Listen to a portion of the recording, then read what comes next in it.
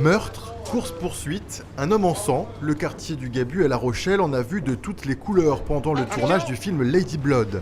Un film original à plusieurs titres, d'abord parce que c'est un polar horrifique, un genre plutôt rare au cinéma, et puis parce que c'est un éco-tournage. Explication côté cafétéria par exemple, où le café et les jus de fruits sont bio ou équitables, et la régisseuse doit également éviter le jetable et aider les équipes à trier les déchets. Au début j'ai eu peur, mais en fait on avait déjà toutes nos fournitures café biologique livrées, les sacs poubelles biodégradables, l'ADEME qui est venue, qui est intervenue déjà la veille du tournage, parlait à tout le monde et présenté, donc ils étaient déjà sensibilisés, et en fait tout le monde chez soi le fait.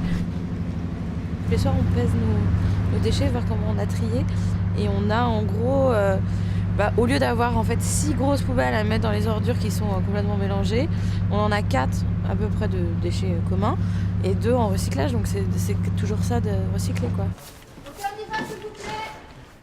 Autre action pour le transport, les équipes privilégient le train entre Paris et La Rochelle et misent sur le covoiturage une fois sur place. Même le maquillage est en partie bio, tout comme les costumes. Arrête de rigoler bêtement, c'est ridicule. Bah ouais, en plus. Ce sont des cotons hyper doux et bon, ça c'est une sorte, il y en a de plein de sortes.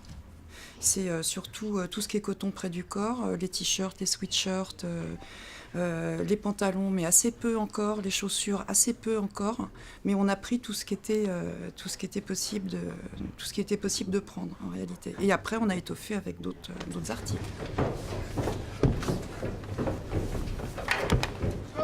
Au tout départ, en préparant le film, on a eu cette intention, cette idée d'inscrire la production, le tournage, la post-production et la réalisation du film dans une logique de développement durable. La Rochelle est une ville de toute façon qui a été pionnière dans ce sens-là, donc c'était aussi comment dire, cohérent de faire ça avec les instances départementales et régionales. Ça coûte plus cher ? C'est pas un surcoût qui risquerait de mettre en péril la production du film, mais disons que oui, ça coûte un petit peu plus cher. Cette démarche est une première dans le monde du cinéma. L'ADEME Poitou-Charentes et la production espèrent ainsi donner l'exemple. Pour voir le résultat de cet écofilm, rendez-vous dans les salles au printemps prochain.